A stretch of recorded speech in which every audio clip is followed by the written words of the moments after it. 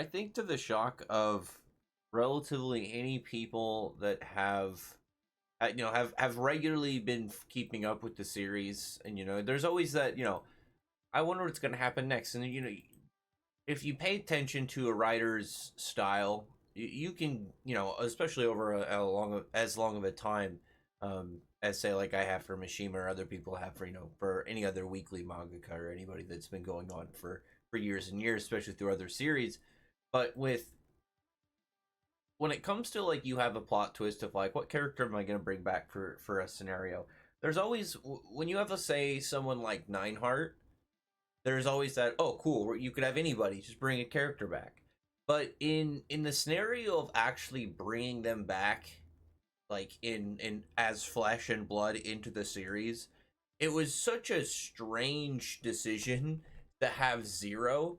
And I'm all for it. I'm all for having Zero show up. I was so hyped that like just to have his character be in that like panel right at the end, and it was like, is that Zero? And just have to wait the 2 weeks for it to get further teased in, and then finally actually revealed that it was in fact Zero.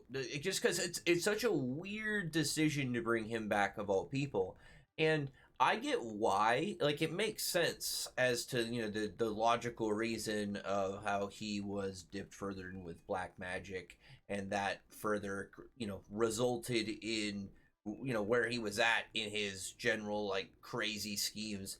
And it seems, at least from Midnight, is he mentions that he was more powerful than when he became Zero. So I'm guessing that at Midnight was there when Brain initially gained the personality of Zero, maybe through like messing around with black magic.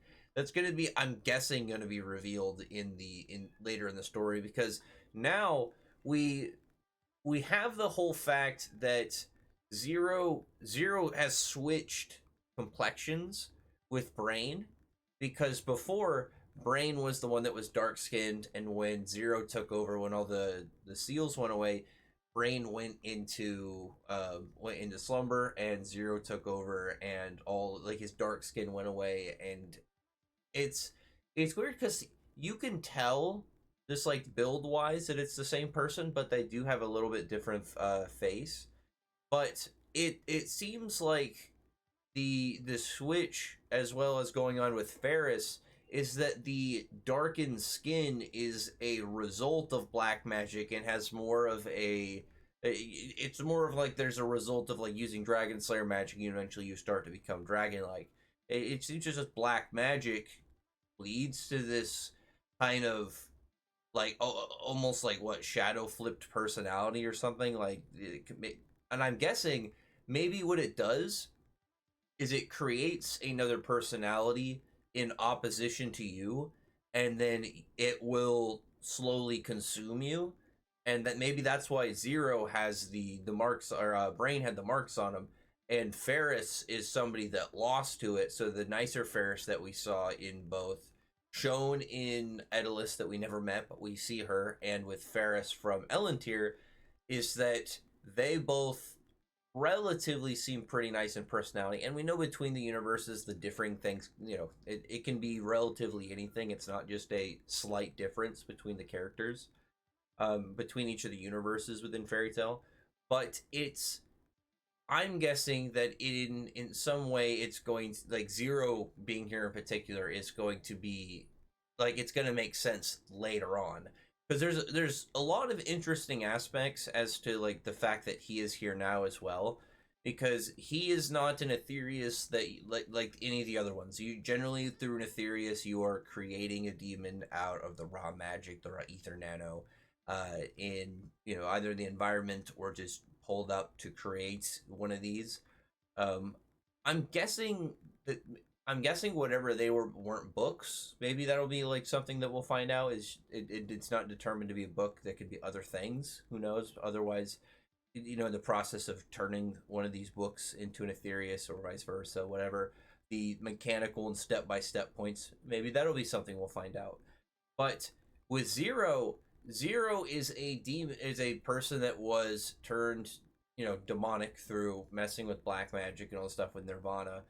but he is now an Aetherius through that as well. So he is actually a demon, like through, a dead person's body being turned into an Aetherius, like Natsu. And that to me is really intriguing because it says, well, is Zero going to be one of many? Is he just going to be the first? Possibly is Ferris going, like, maybe it's going to be the reason that Zero is first is Ferris has a couple characters that she is going to introduce that are like Zero, that were people that Natsu fought in the past, but now Natsu's going to fight them at some point while they're all buffed. Because I don't know where exactly Zero's character is going to be battle wise. If he's going to fight Natsu again, like, because that makes sense to me. Is he going to be an opponent for Gray? Because now it's Gray fighting him, but Gray is going to be a Devil Slayer versus Zero, so it's going to be a flipped position for just for Gray fighting somebody that Natsu fought in the past. I don't know. Like, because it just depends. Like, to me, I think it really depends on whether or not he is going to be defeated within a relatively fair period of time, and it's going to be revealed that he is just the first of a few flesh Aetherius, kind of like him when he was the first one that she got. Maybe we see Zenkro, and maybe we see Hades. Those are ones that logically I think that she could have obtained or come across at some point. And I think with the one with Zenkro, I think would be really interesting because we were shown it with Gray in the Viernes fight when Gray creates a new type of Devil Slayer magic that he creates black ice. And I'm wondering if the style that he made is involved with, because he didn't explain it in detail, but like, what if it's like, oh, he involved the idea of god slaying magic, so that's one of the reasons he was able to really hurt Viernes. And in the process of it, it's like, oh, well, it's to say that God Slayer magic is actually maybe a darker magic, a black magic, and maybe that'll be something that we find out in 100 Years Quest, a little bit more about God Slayers. I think would be really cool, because I mentioned it as a momentary side thing. I just think it's odd that when you think about this, Slayer magic was made for a specific reason. So, like, at some point, humans had to have turned on gods, and I wonder if it was a justifiable reason, if it was a power-hungry reason, or whatever. But something in there that really tells us of, like, Zero himself, whether it's Zero's going to be himself a long-going protagonist, or antagonist, rather, as events go 100 Years Quest for this arc. Is he going to be a measuring stick at some point for, like, Natsu needs, like, a full-on fight? He's going to need to beat Zero to, buff Zero, and then his the markings go away, and then he switches with Brain, and then they use their Aetherius, and they're both out at the same time, and there's some weird Cthulian monster creature looking, meaning some Lovecraft nightmare, weird tentacle monster flying around that Natsu and Gray have to fight or something. I don't know. There has to be something in there that he himself, like, because it's not that he has to specifically give one important plot line. It's the fact that there has to be a reason that his character is back. Because I don't think it's like, oh, he's gonna go fight Midnight, and Midnight's gonna get a backstory moment, and we're gonna see a Midnight character chapter. I feel like that would just be such a weird reason just to bring Zero back. Because otherwise, it's like that would have been something like with Jienma, when Jienma was brought back very briefly in the middle of the Tartarus arc and set up for it being a character fight more so for Sting and Rogue. And it doesn't, like, Zero doesn't have that same level of kind of, like, dropped into the story. Okay, it makes sense why he would be, exist for this kind of character backstory moment. Whereas I just don't see it happening for Midnight.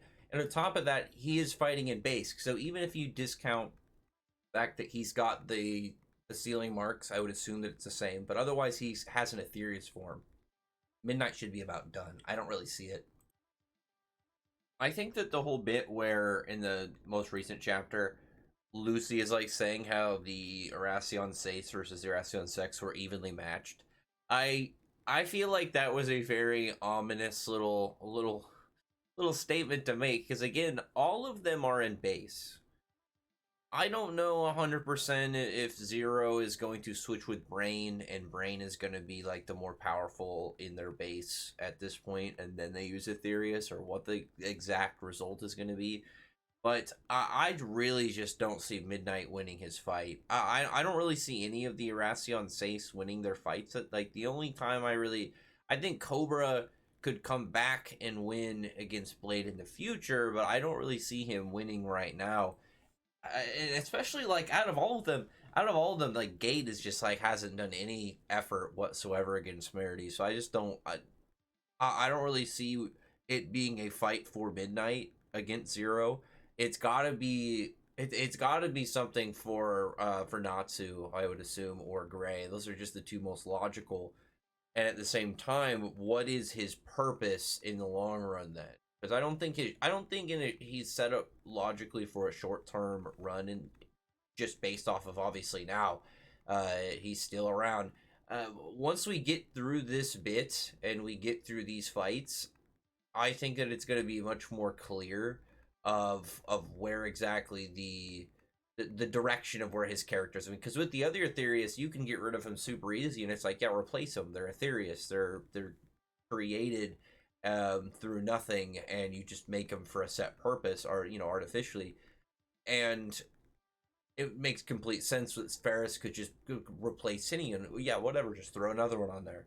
But with Zero, he is a specific one, obviously a specific corpse. So it's like, well, where exactly is he going to go from here? I'm actually really excited. I've always really liked Zero, so seeing him back and seeing him around for who knows what at the moment, but still, whatever he's doing is always really fun. I love all his crazy facial expressions and how much he just wants to run wild and throw hands with people in the burst. He's a fun character, and I'm really hoping that he doesn't just, oh yeah, the Sace turn around their fights and they win. It's like the worst scenario with that. I would assume that they're going to just be display fights for the sex to build up for the real fights. Because on top of that, I would much rather like I would like the Sace members to be in the fights, but I would much rather say than get like a fight for Hot Eye or Angel, we get a fight for Mira Jane, or we get a fight for Elfman, we get a fight for Kana. I would much rather have a fight for some of the other characters that normally don't get a fight, and they're against people that logically you could come up where they're strong enough to defeat, where it's not as ridiculous as like putting up against, say, like now the Fire and Flame members. I would say that they probably could go up against the Erasion Sex, at least base wise, before the getting Dragonized. But I assume now they're going to be stronger. Um, we don't know again their Aetherius levels, but I would assume they're still going to be significantly more powerful, and especially against someone like Mira Jane, where this is just a great time for her to be involved. But again, we'll wait and see. Maybe she'll be something that is going to be key into this, and we're going to have her show up. So it's like, okay, now we can show the different kinds of Aetherius, and we're actually going to get some world building and demonology within Fairy Tail at the same time, just from the addition of black magic and stuff, just in the ongoing. And it's important for the Drag King Festival, so we'll see. Anyway, other than that, I'll talk to you guys in the next one. Bye.